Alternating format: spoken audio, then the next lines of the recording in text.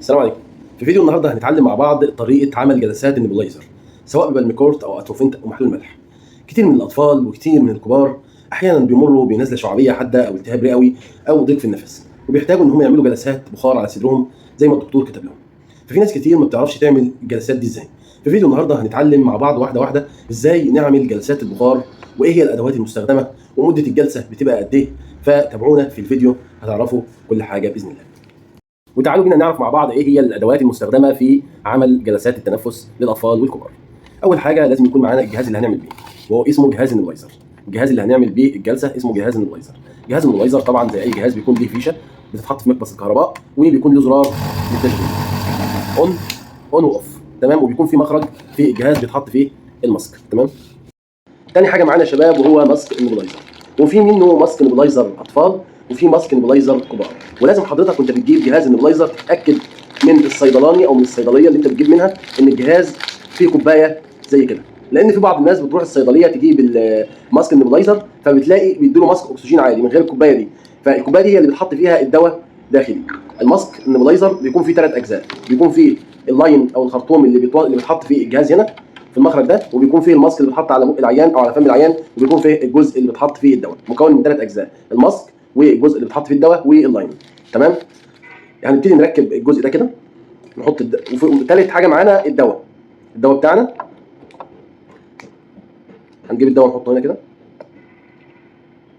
ورابع حاجه معانا 2 سم محلول ملح بنزودهم على الجلسه، وبنبتدي نوصل الوصلات بتاعتنا كده. الماسك كده نحط دي هنا كده، ونوصل اللاين ده في المخرج اللي تحت ده كده،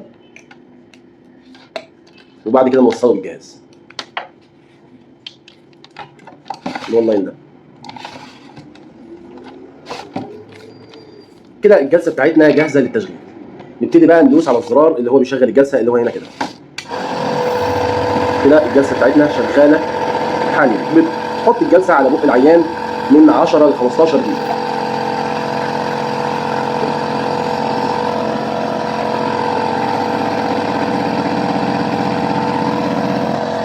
زي ما الماسك محطوط كده يطلع بخار.